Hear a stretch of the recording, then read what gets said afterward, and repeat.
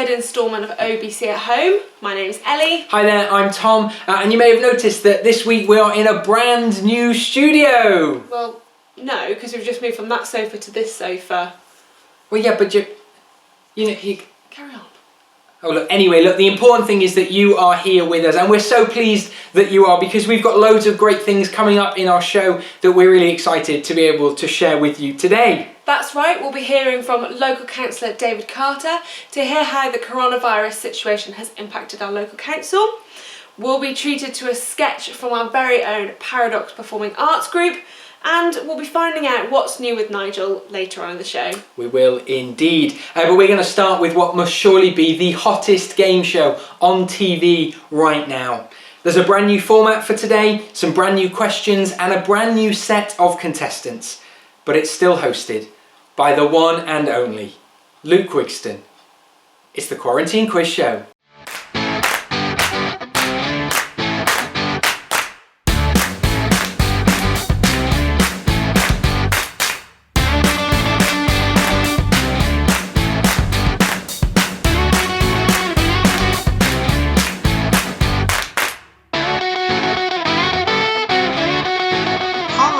Welcome to the Quarantine Quiz Show with me, your host, Luke Wigston.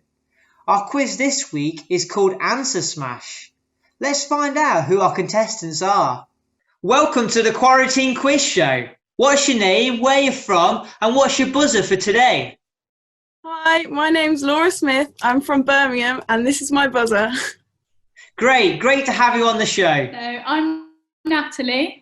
I'm from Sevenoaks in Kent, and my buzzer for today is my childhood teddy, Cheeser. Well, it's great to have you and Cheeser on the show today. I'm Daniel. I'm from Guildford in Surrey, and my buzzer is a 1.5mm steel gauntlet. Well, it's great to have you on the show today, Daniel. My name's Joe. I'm from Oadby, Leicester, and my buzzer is this Morty thing. Well, it's great to have you and Morty on the show today, Joe. Great to be here.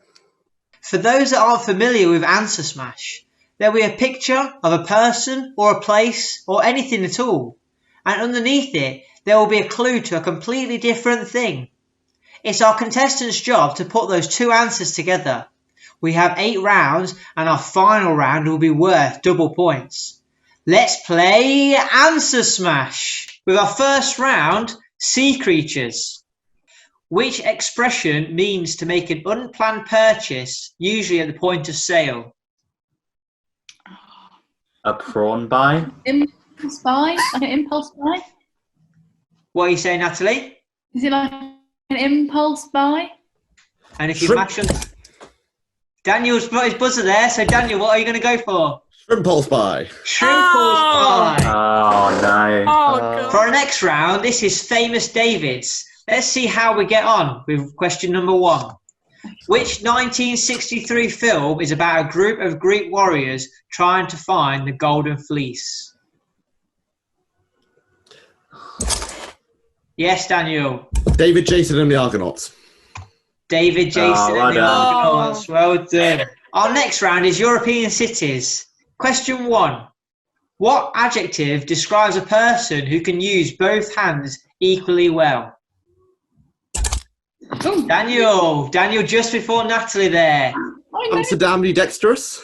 Amsterdambidextrous. Well done. Great answer there, Daniel. You're taking this competition by storm. Natalie, were you going to say that? Yeah.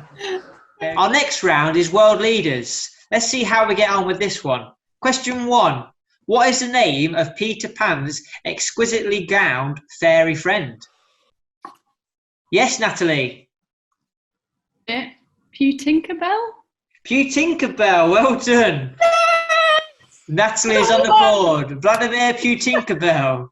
Brilliant. Well done, Natalie. What word describes someone who goes into space? Daniel's just there first again. Castronaut. Castronaut. Fidel Castronaut. Fidel Castronaut. There we go. Well done. This next round is rodents. I think Natalie might have a head start here. Question 1. What type of rock is formed by the cooling and solidification of molten magma? Oh, Daniel's there again. Guinea pigneus. Guinea pigneus. Oh, Of course it That's is. a good one. What is the English term for the fruit known in French as ananas? Oh, that's very close there. It's very difficult for me to judge, but I feel like I saw Natalie's first just. Is it porcupine apple? Porcupine apple, let's find out. It is porcupine apple, well done. This round is Mythical Creatures. Question 1. What Austrian musician composed the operas The Marriage of Figaro and Don Giovanni? Natalie seems to know this one. Can I have the full answer, please, Natalie? Okay. Where Wolfgang? Oh no, it's left me. You know it. Just give me any answer. Yeah, I was gonna say where Wolfgang, and then I couldn't remember the second name. So, What's the last name? Who do you want to donate this question to, Natalie? Oh. that's impossible. Either Joe or Laura. What's the surprise? Oh, So who are you gonna, Joe or Laura? Which one are you gonna pick, Natalie? I'm gonna pick Joe. Ah, thank you. Well, the pain on Laura's face. Joe, what is the answer? where Wolfgang Amadeus Mozart. Where Wolfgang Amadeus Mozart. Well done.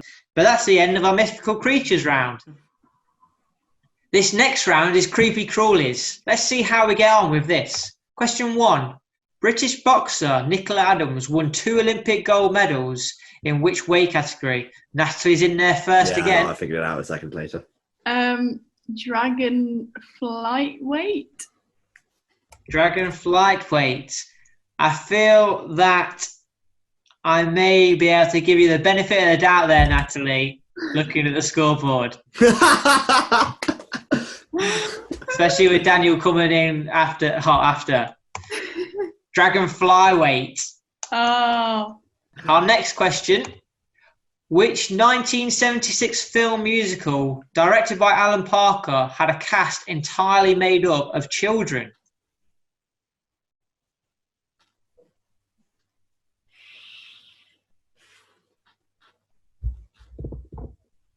Have you never seen this famous musical, famous film full of children?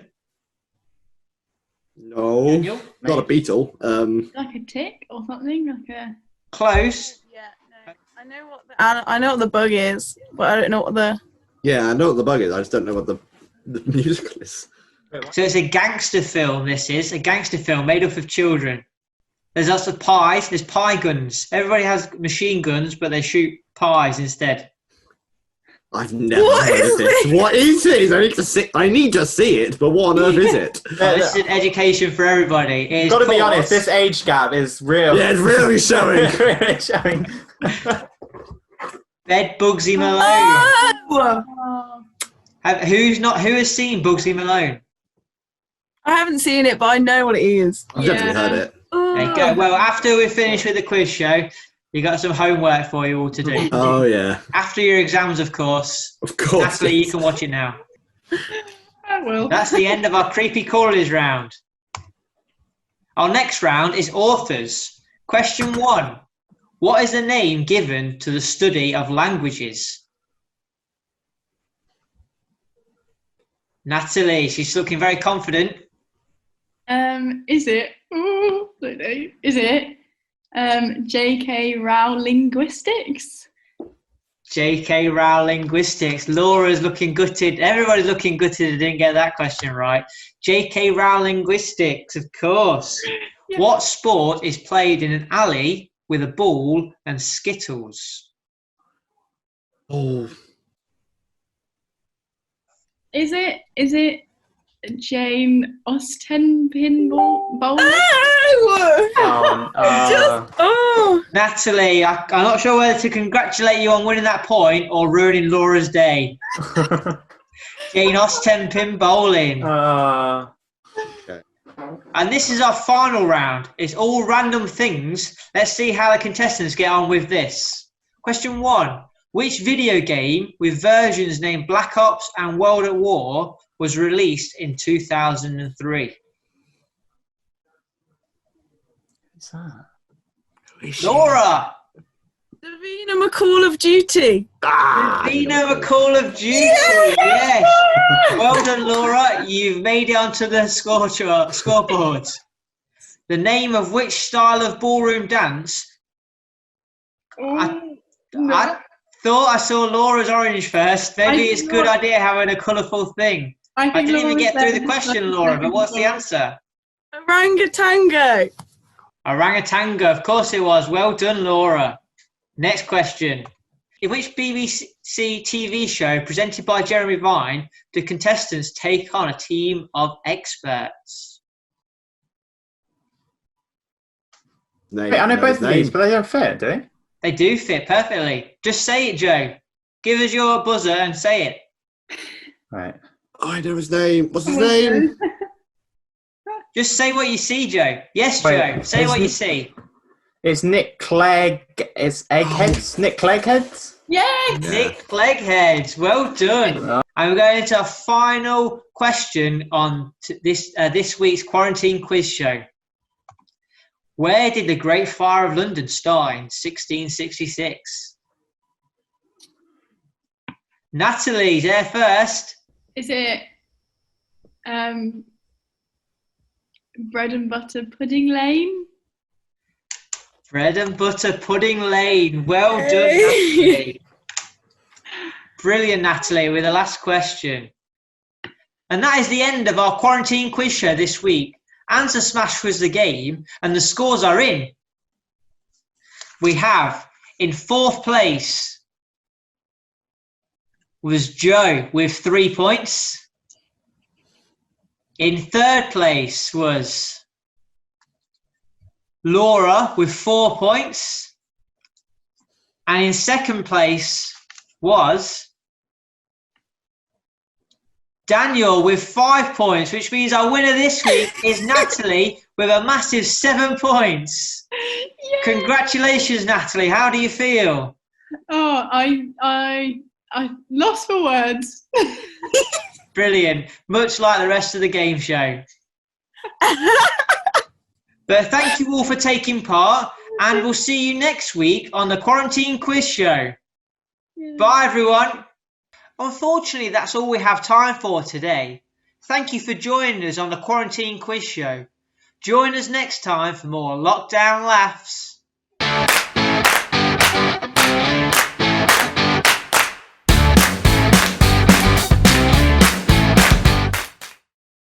Fantastic. Well done to our 4 contestants this week, all students with us at OBC. And in particular, a big congratulations to Natalie, who becomes just the 2nd ever Quarantine Quiz Show champion. If you've got any suggestions for games you'd like to see us play on the Quarantine Quiz Show, or if you'd like to throw your hat in the ring to take part and be one of our future contestants, you can get in touch with us via the email address on the screen, obcathome@obibaptist.church. Now, on each episode of OBC at Home, we've been announcing the release of a new show in our Paradox Through the Years series. We're blessed as a church to have our very own performing arts group who, over the years, have produced some quite magnificent shows. And each fortnight we are bringing you a little teaser of the next show that we're releasing. This is only made possible by the generous work of Andy Bennett, who's been working hard to offer these recordings in a digital format. Many of them are 20 years old or thereabouts, and this week's is no exception. It's a show that was performed by Paradox at OBC in March 2000. Here's a little teaser for you to enjoy ahead of its full release later this evening. This is from Entertaining Angels. Oh, you can't stand up all by yourself. You can't stand up alone. You need the touch of a mighty hand. You can't stand up alone. The Spirit of the Lord took Philip away. Oh, thank you very much. That was a lovely service. What you got? Hello? But the Ethiopian never saw him again.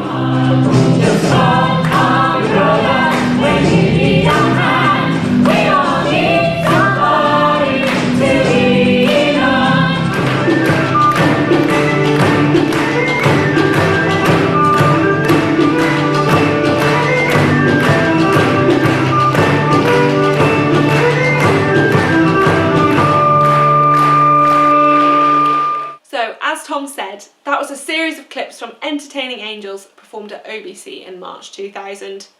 The full production is going to be released tonight at 7 p.m. over on our YouTube channel, and we'll be posting more details about that on our social media channels. If you don't already like us on Facebook, you can find us by searching for Obi Baptist Church. Now, the wonderful thing is that many of those faces who keep appearing in our Paradox Throughout the Years series are actually faces that still appear in many of our sketches in the present day. Many of the performers have built up quite a repertoire of characters and sketches, and today we've got a real treat for you because 4 of them have come together to perform a classic show largely made famous by the comedy group Monty Python. Recorded via Microsoft Teams, because of course we're all still socially distancing, these 4 have come together to perform The 4 Yorkshiremen. Enjoy. Ah, very passable this, very passable indeed. Nothing like a good glass of Chateau de Chazelet, eh, Josiah? Aye, you're right there, Obadiah. Who'd have thought 30 years ago we'd all be sitting here drinking Chateau de Chazelet wine? Aye, in them days we'd have been glad to have price a cup of tea. A cup of cold tea? Without milk or sugar? Or tea? In a filthy cracked cup and all. We never used to have a cup. We used to have to drink out of a rolled up newspaper. The best we could manage was to suck on a piece of damp cloth. But you know, we were happy in them days, though we were poor. Aye, because we were poor. My old dad used to say to me, money doesn't buy you happiness, son. He was right. I was happier then and I had nothing. We used to live in this tiny old house with great big holes in the roof. House? You are lucky to have a house. We used to live in one room, all 126 of us. No furniture. Our floor was missing. We were all huddled together in one corner for fear of falling. You were lucky to have a room. We had to live in corridor. Oh, we used to dream of living in a corridor. It would have been a palace to us. We used to live in an old water tank on a rubbish tip. We got woken up every morning by having a load of rotting fish dumped all over us. House? Well, when I say house, it was only all in ground covered by a piece of tarpaulin. But it was a house to us. We were evicted from our old int ground. We had to go and live in a lake. You were lucky to have a lake. There were 160 of us living in small shoebox in the middle of road. Cardboard box? Aye. You were lucky. We lived for 3 months in a brown paper bag in a septic tank. We used to have to get up at 6 o'clock in the morning, clean bag, eat a crust of stale bread, go to work down mill for 14 hours a day, week in, week out. And when we got home, our dad would thrash us to sleep with his belt. Luxury. We used to have to get out of the lake at 3 o'clock in the morning, clean lake, eat a handful of hot gravel, go to work at mill every day for 2pence a month, come home, and Dad would beat us around the head and neck with a broken bottle if we were lucky. Well, we had it tough. We used to have to get up our shoot box at 12 o'clock at night and lick the road clean with that dung. And we had half a handful of gold gravel, and then we'd go to work at mill for 24 hours a day for 4pence every 6 years. And when we got home, our dad would slice us in two with bread knife. Right. I had to get up in the morning at 10 o'clock at night, half an hour before I went to bed. drink a cup of sulfuric acid, work 29 hours a day, doubt mill, and pay mill owner for permission to come to work. And when we got home, our dad and our mother would cut us into small pieces and feed us to ferrets while singing hallelujah. But you try and tell young people of today that, and they won't believe you. No. No, I won't. Oh. Cheers. Stay safe. You know, the more I've watched that, the more I'm convinced something isn't quite right. I mean, it's called the Four Yorkshiremen, isn't it? But I'm not sure all of those were men. I mean, the ones with the moustaches, they were clearly men, right? But the ones with the shaved heads? I don't know. Well, anyway, thank you to our Paradox Performing Arts group for bringing that sketch to us. And by the way, you're not the only ones that can like put on an accent and talk about your childhood up north, like. But yeah, we should probably leave that there, shouldn't we? So moving on, each episode of OBC at Home so far has included an interview with someone working in a series of different public sector roles from within our church family. You may remember we spoke to Chris in education, Sue in the NHS, and this week we're lucky enough to have been able to meet with our very own local councillor from the Oadby and Wigston Borough Council, Councillor David Carter. Ellie met with David earlier this week to find out more about the impact that the coronavirus pandemic and lockdown has had on our local council and how our councillors and council staff are working hard to respond to this ongoing situation within our local community. Here's what she discovered. Well, thank you, David, for joining me today. So before we start, can you just remind us who you are and what your role is in the local community? Right, well, I'm David Carter. I'm an elected councillor for Oadby and Wigston Borough Council and have been since 2011. I represent the Oadby St Peters, which is the area bounded by the A6, Rosemead Drive and the green wedge between Oadby and Wigston, and that includes the church and the manse. So, of course, I'm your local councillor. Yes, you are. Yes, you are. So how has this situation, COVID-19, the lockdown, affected your role on the council and the council in general?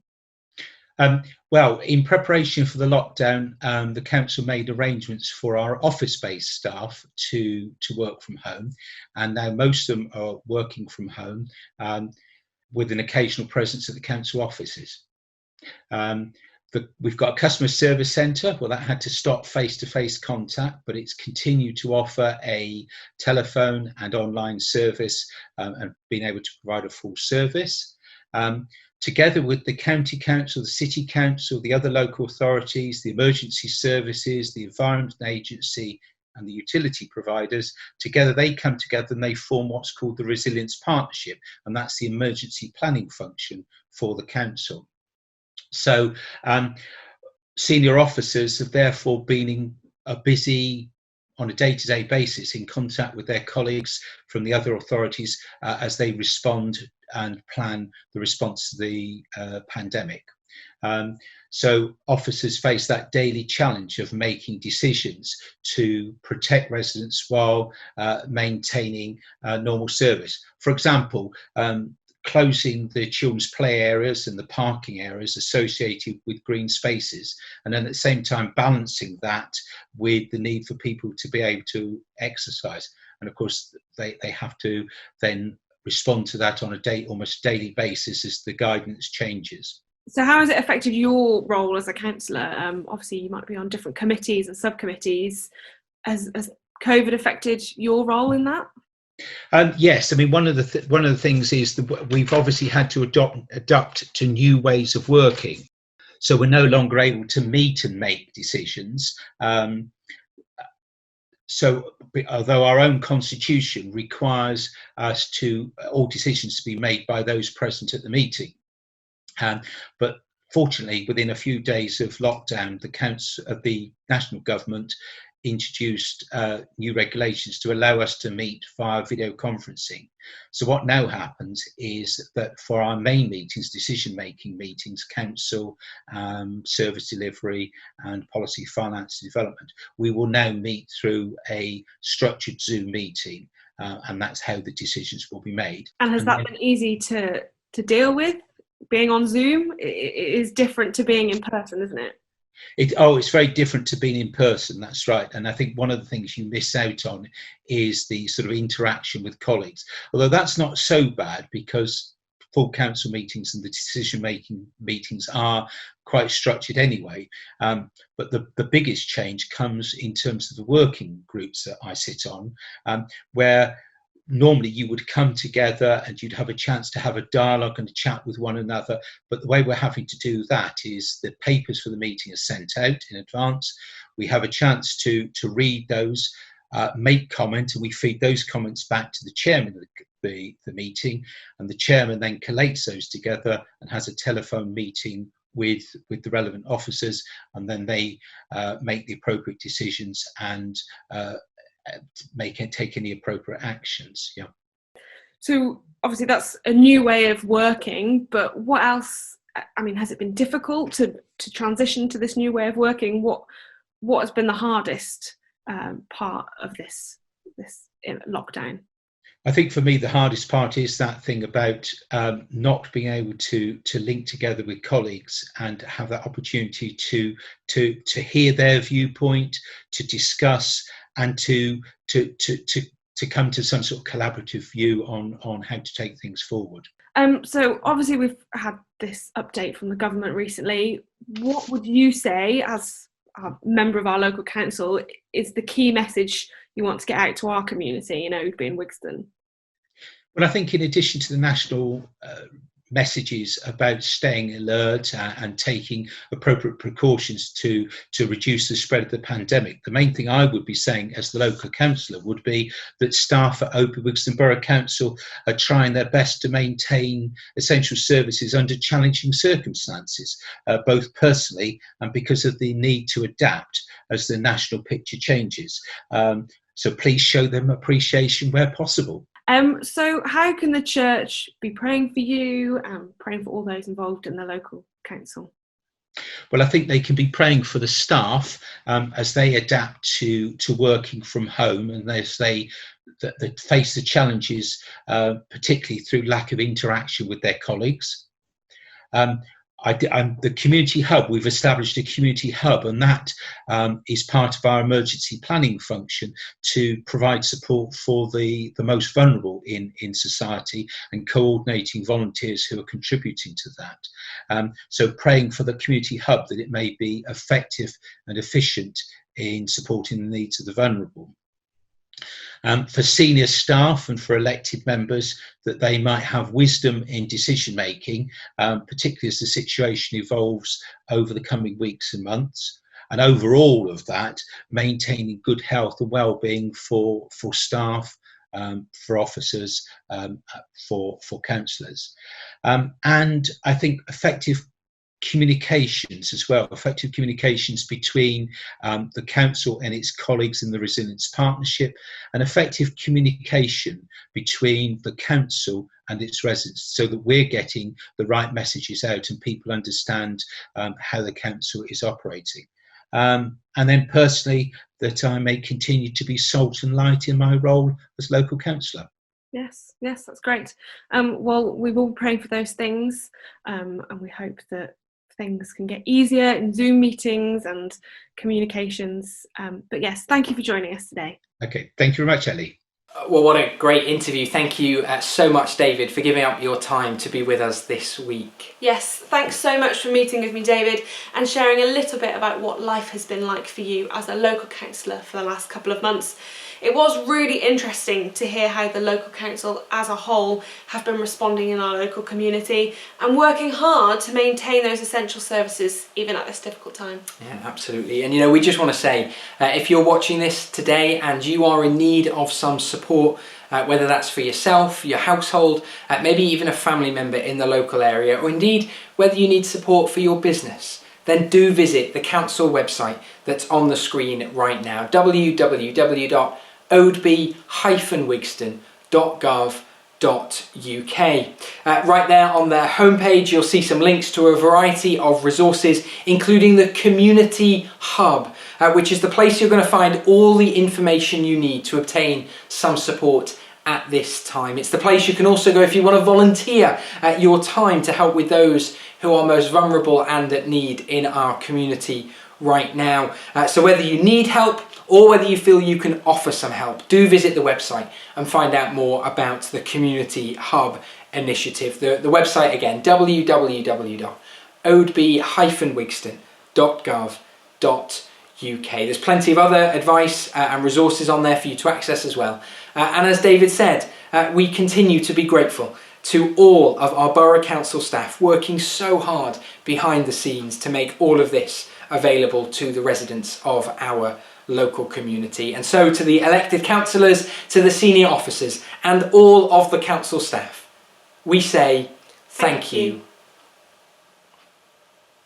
Now we're going to turn our attention to someone else who's been spending his time in lockdown, getting involved in all sorts of different activities, things he might never have done before.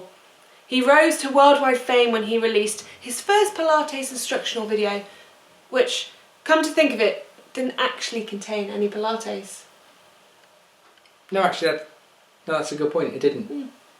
No, but then he did go out into the garden, of course, and then he came back indoors and last time introduced us to the wonderful world of map making. Well, this week he's moved himself to the kitchen where he's been spending some time cooking up some vegetarian masterpieces that I'm sure are bound to give Jamie Oliver a run for his money. Yeah, folks, don't forget, you saw it here first. This is What's New with Nigel.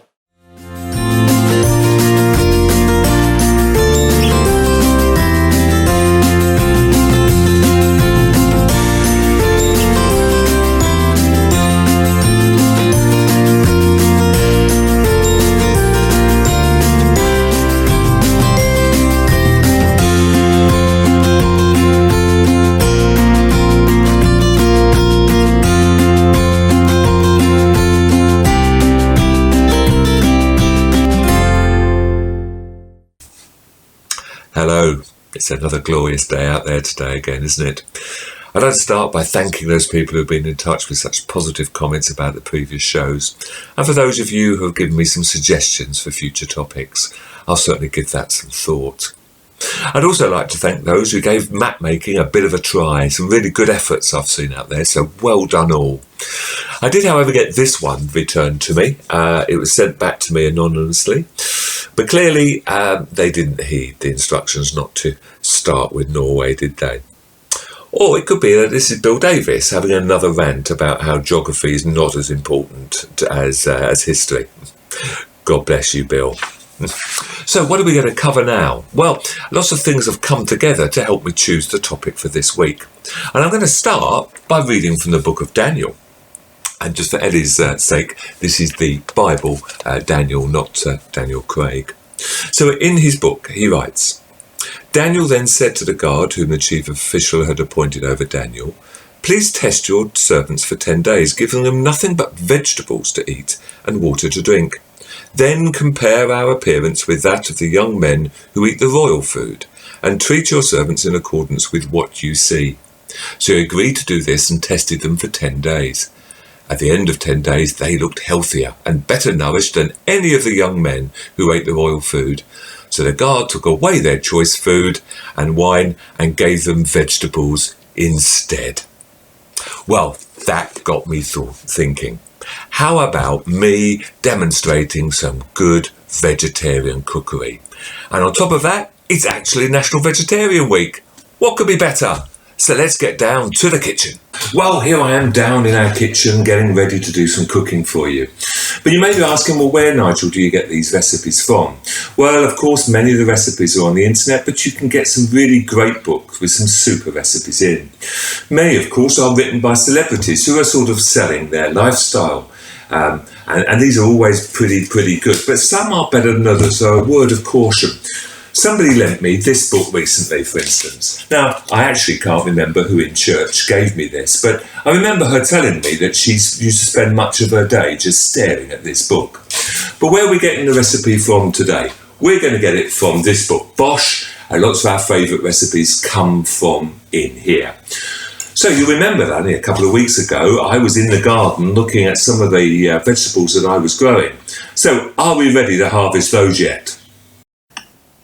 You remember that a few weeks ago I told you a bit about my gardening exploits, and here are some of the vegetables that are growing at the moment. These are my wonderful beetroot which are coming through, and over in the cold frame we've got some tomatoes that are coming along really, really nicely, and they're in there with some small basil at the moment, and then these are my borlotti beans and my spinach. Of course, we can't pick these too soon, so we're going to go shopping. So, if we can't get our ingredients from the garden, we have to go down to the shop to buy them. Of course, in Oadby, we're really blessed with a great selection of shops. But of course, we don't have a Waitrose anymore. But plenty of choices. So what have we got in today's recipe? We've got lots of different sorts of spices, which are going to be really nice in this. Some garlic, chopped tomatoes, coconut milk, chickpeas, and then we're going to have some lentils, a really key part of this dish. And we're going to be using these red lentils in this one, but there are plenty of other sorts of lentils. There's these yellow chana dal lentils, which are really very, very nice. There's some small white ones called urid lentils in there, and you can get green ones as well, green lentils. All sorts of different colours, which always reminds me of Edward Hill's tie when he comes to church. But we also need some veg, don't we? We quite often get our veg from wonky veg boxes, and in this particular recipe we're going to require a good old butternut squash, because today I'm going to make you butternut squash dal. Oh, here I am in the kitchen and we're getting going making our butternut squash dal. I think I said butternut last time, didn't I? Butternut, of course. As you can see, I'm wearing my PPE, a nice little apron, which is always good to get into the safe ways of working. Some people may say, Nigel, why aren't you wearing a hairnet? I think it's more bother than it's worth, frankly.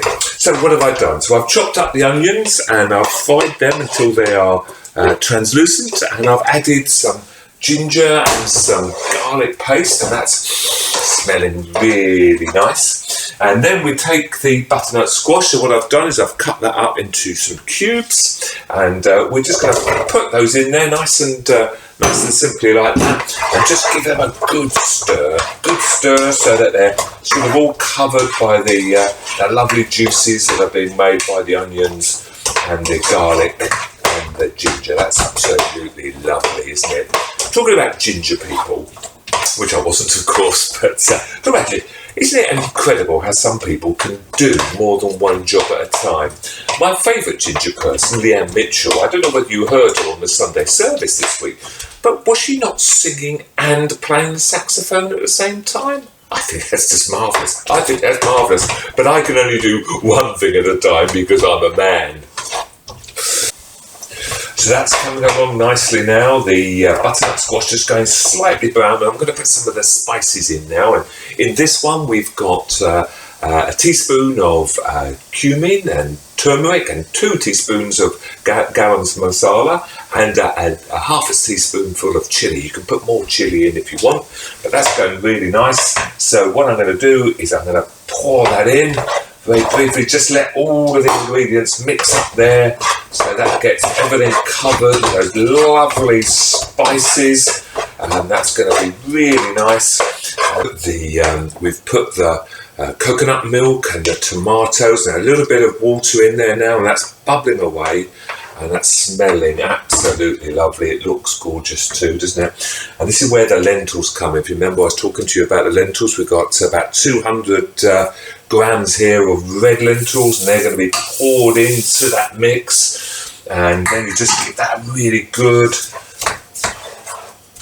mix up there so all of the lentils are in there.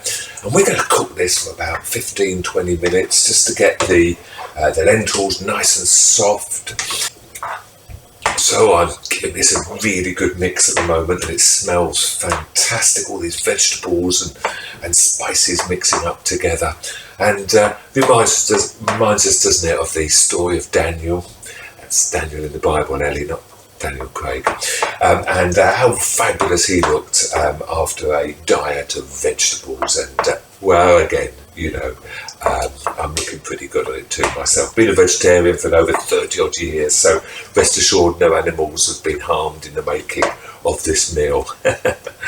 So we're going to let this bubble away for the next sort of 15-20 minutes, and then we'll come back and we're nearly there, frankly, and we'll add the final touches to it. So see you in a minute. So I think we're there. Smells wonderful. So let's try some, shall we? See what it's like. There we go. Look at that. That's just what Tom would really like, wouldn't he? He loves this sort of food, this Tom. It's got the lentils in, it's got some chunks of butternut squash. That's fantastic. It's like lentils, and well, this is just beautiful. So there you go. Taught you how to cook. What next for Nigel, eh? So that is what's new with Nigel. I should probably point out, I write the scripts for these links, and Ellie has never actually expressed any vague interest in Daniel Craig whatsoever. I thought I should point that out. In fact, Daniel Craig, by the way, he went to my school. Did you know that? Have I told you that? He went to my school. He wasn't there very long, actually. He left after a few weeks. It wasn't for him. But it was way before my time. But still, nothing. Oh, sorry. I'd much rather David Beckham than Daniel Craig any day. I didn't go to school with him, but... Anyway. I've actually heard that Nigel's vegetarian recipe book might be available later this year. Well, there you go. Well, if you're already thinking ahead to Christmas, perhaps it will make a great stocking filler alongside his long-awaited Pilates DVD.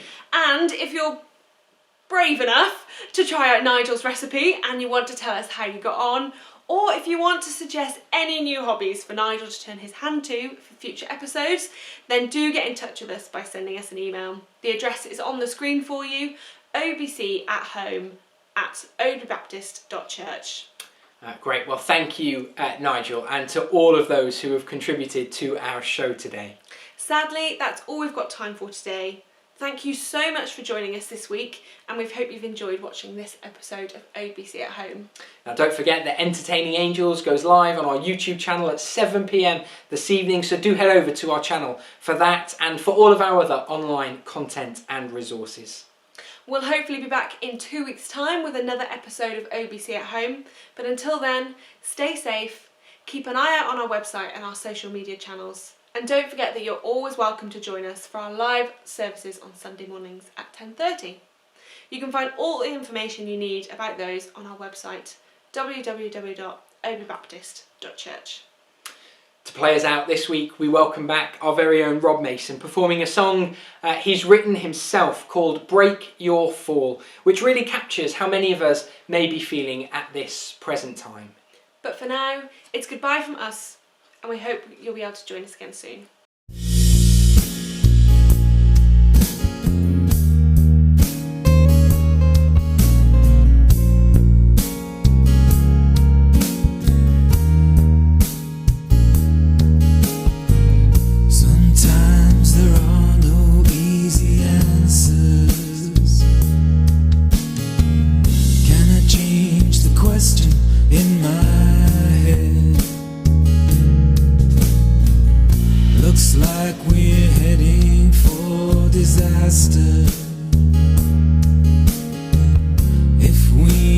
Turn around instead. What do we hold on to when everything's falling apart? Falling apart. Falling apart.